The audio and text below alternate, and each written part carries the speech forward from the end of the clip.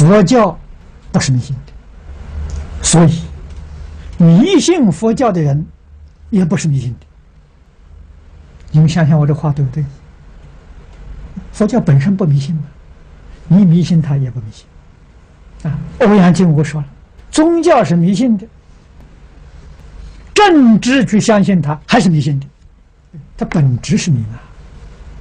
佛教本质不迷嘛，你要明白这个道理呀。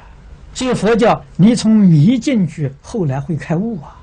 如果真正它本质上是迷信的，它置进去也被它迷了。